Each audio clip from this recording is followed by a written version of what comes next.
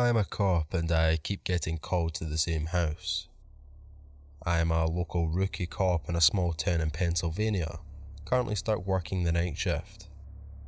I work the normal patrol shift, driving around and pulling traffic, responding to your normal domestic disputes and whatever other wonderful calls dispatch sends my way. But ever since the past weekend, every single night I keep getting called to the same house. At first I thought it was my co-workers playing pranks on the rookie. I have 2 years on the job, but in such a small town I work with most guys my dad's age. I have omitted certain names and addresses for obvious reasons. Anyway, here's what happened. Friday night around 0200 hours, so about Saturday morning, dispatch gets over the radio. Dispatch to 1034. 1034, go ahead. We just got a 911 hang-up from a landline that's coming back to Patch Lane. Can you go ahead and check it out? 10-4, en route. So I immediately start driving to the address, which is about 6 miles away. But it's a pretty rural area, so I get there in less than 10 minutes, say. I turn right on the gravel lane and after about 7 seconds I see the house up ahead on the right. No lights on inside. I park my cruiser on the gravel lane, lights off so as not to announce myself in case there's an actual emergency going on inside. We are trained not to just roll up to a house lights on in case the subject decides to ambush the officers arriving with gunfire. Anyway, I quietly approach the old farmhouse and check the perimeter. No signs of anything, no lights, no sound, not even a car parked anywhere. I begin to think maybe dispatch got the address wrong. 1034 to dispatch. Dispatch, go ahead. I'm at Patch Lane, can you confirm this is the address? Stand by. 1034, yes, that's the correct address. Do you need backup? Negative. Appears nobody is home, but I'll update. At this point I knock on the front door and announce myself. Officer Barkley, Police Department. No answer. All the windows were closed and I gently try the front door, but it's locked. 1034 to dispatch. Dispatch, go ahead. It looks like this house is abandoned. I think the 911 hang-up might have been some wires crossed. Clear me no report. 10-4. At this point it's about 0230 hours and I need a cup of coffee since I have another 3.5 hours left on shift. I head over to the local 24-hour gas station and find 2 of my ever so busy co-workers standing there, fueling up on caffeine as well. They grin and ask me if I had fun responding to the old doc's house. Clearly I must have had a dumb look on my face showing the confusion I was feeling, because then he goes, "You don't know, do you?" He continues, "That old farmhouse belonged to Dr. Wentz. He was the guy that I'm sure you've heard about who used to do botched abortions and all sorts of inhumane procedures back in the 1800s. He's the guy all the rich went to when he had young daughters getting knocked up or when they had a special needs child they didn't want to keep. He built that house himself and even named the road Patch Lane as a joke to all the patching he did for people." I finished my coffee, laughing about the old tale the guys were trying to pull over me. I wasn't going to let these guys spook me, especially being that I was one of the only females on the department. I have to have a skin twice as thick. I finish up my shift and get some sleep, and back in I go on Saturday night, around the same time. Maybe a little later, around 0230 hours, I get the call, "Dispatch to 1034. 1034, go ahead. We got another 911 hang-up from the same number as last night. This time they stayed on the line and we could hear someone talking but couldn't make it out. Can you go check it out again? Can you confirm the address again?" It comes back to Patch Lane. Now I'm pretty sure the guys are getting dispatch in on some type of joke, but whatever. I still have to respond. Better safe than sorry. So I drive down the road, turn onto the gravel road, park my cruiser away from the house, check the perimeter and go up to the front door. Still no sign of life inside. I knock on the door and announce myself. Officer Barclay with the police department.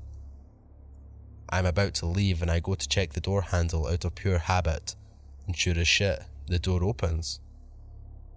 I was so startled by the fact that the door opened, my right hand immediately went to my gun on my right side. I announced myself again. Officer Barclay, police department. Come to the front door or else I'm entering. Before entering a house, for officer safety reasons, we always have to get on the radio. 1034 dispatch. Dispatch, go ahead. No one appears home, but the front door was unlocked. I am going to make entry and check the house. It appears abandoned though. Do we have any backup available? 1034, all units are still in a fatal DUI accident. Do you need one to break? Negative, I will advise. I figured I didn't need backup breaking from a potential homicide scene from the abandoned house search. I make entry, gun drawn.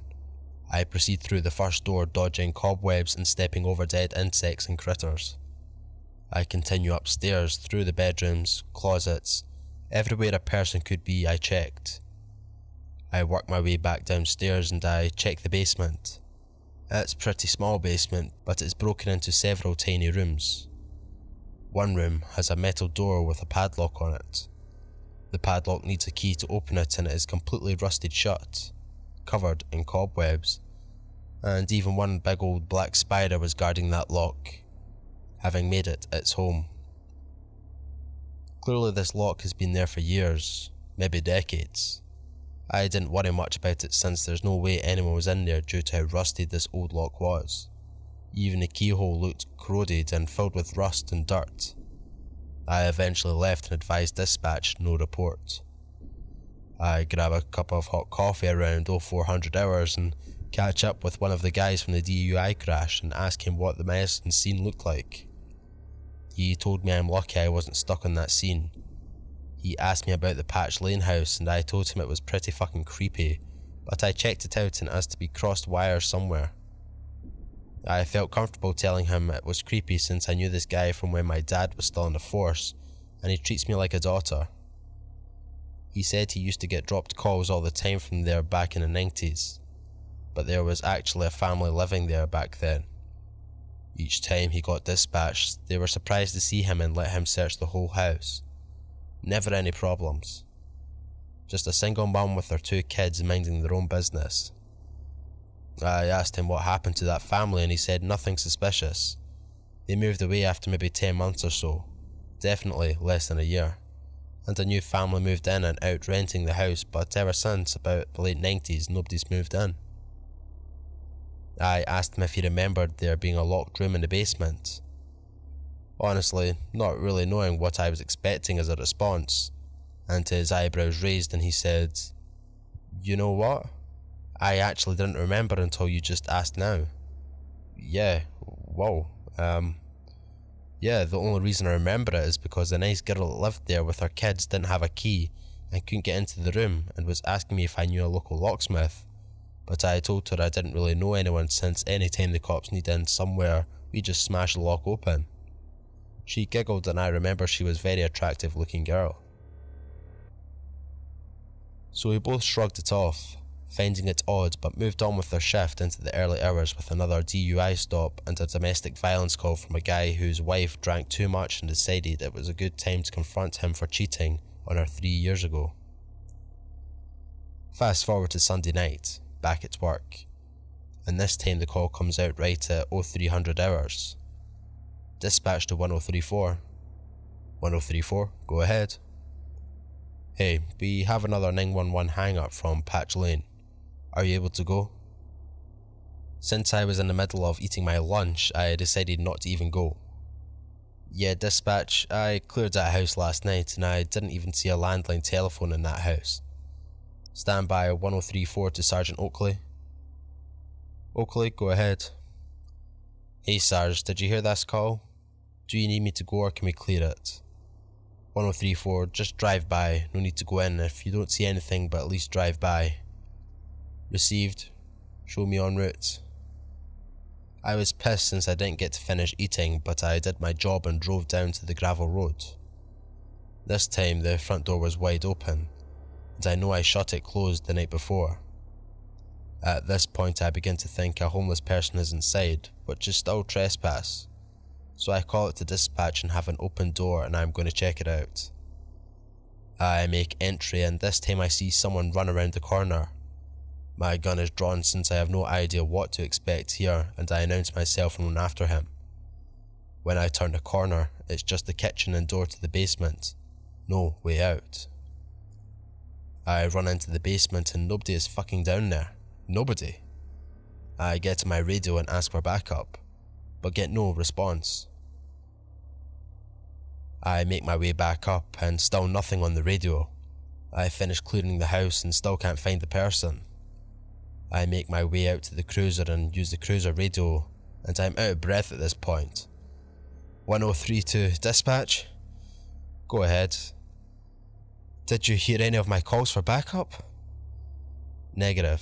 1034, you need unit? No, you can disregard. I had one subject on the premise, but they're gone. I'm heading back to the station. So of course everyone asked me about what happened, and all I can say is they must have ran out when they saw me. I didn't tell anyone that the direction they ran left them absolutely no way of running outside. I begin to wonder if I'm going crazy. I'm off Tuesday and Wednesday nights. Rookie, remember?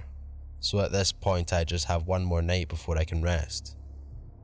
Monday night shift left me speechless.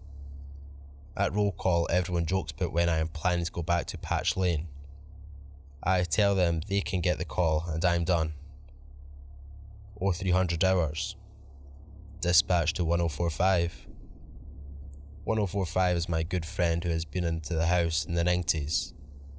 1045 go. We got an 911 hang up for our Patch Lane. Sarge gave the okay to just drive by and make sure no one is there. 1045. Okay, show me en route. Not even 30 seconds go by and my cell phone beeps and I have a text. Hey, wanna meet me there? Bastard.